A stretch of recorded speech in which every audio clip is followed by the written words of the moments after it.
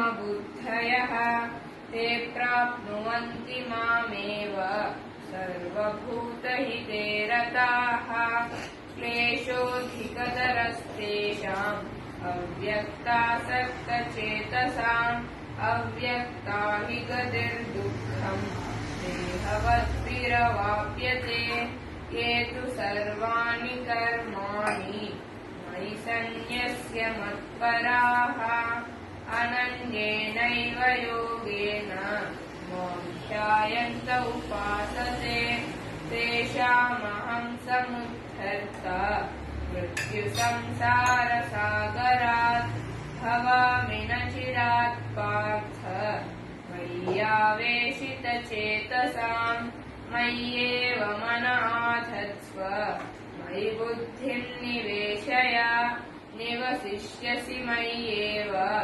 अत ऊर्ध्वं न संशयः अथ चित्तं समाधातुं न शक्नोषि मयि स्थिरम् अभ्यासयोगेन ततः मामिच्छाप्तुं धनञ्जय अभ्यासेऽप्यसमर्थोऽसि मत्कर्म परमो भव मदर्थमपि कर्माणि कुर्वन् सिद्धिमवाप्स्यसि अधैतदप्यशक्तोऽसि कर्तुं मद्योगमाश्रितः सर्वकर्मः पदत्यागम् ततः कुरु यतात्मवान् श्रेयो हि ज्ञानमभ्यासात् ज्ञानाध्यानं विशिष्यते ध्यानात् कर्म फलत्यागः त्यागाच्छान्तिरनन्तरम् अद्वेष्टा सर्वभूतानां मैत्रः करुण एव च निर्ममो निरहङ्कारः समदुःखः सुखः क्षमी सन्तुष्टः सततं योगी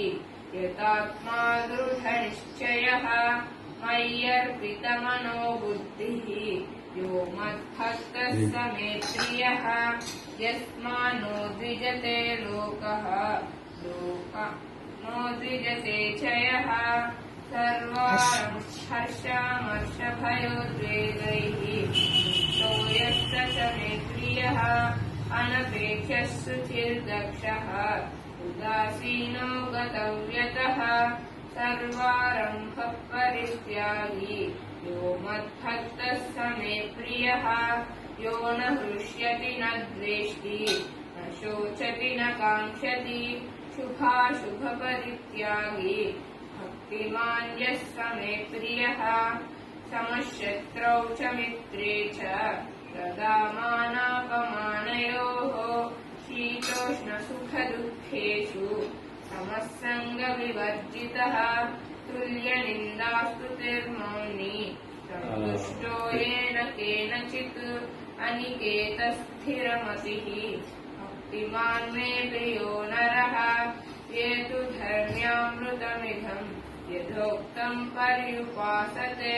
श्रद्धाना मत्परमाः भक्तास्तेतीव मे प्रियाः ॐ तत्सदिति इति श्रीमद्भगवद्गीतासु उपनिषत्सु ब्रह्मविद्यायां योगशास्त्रे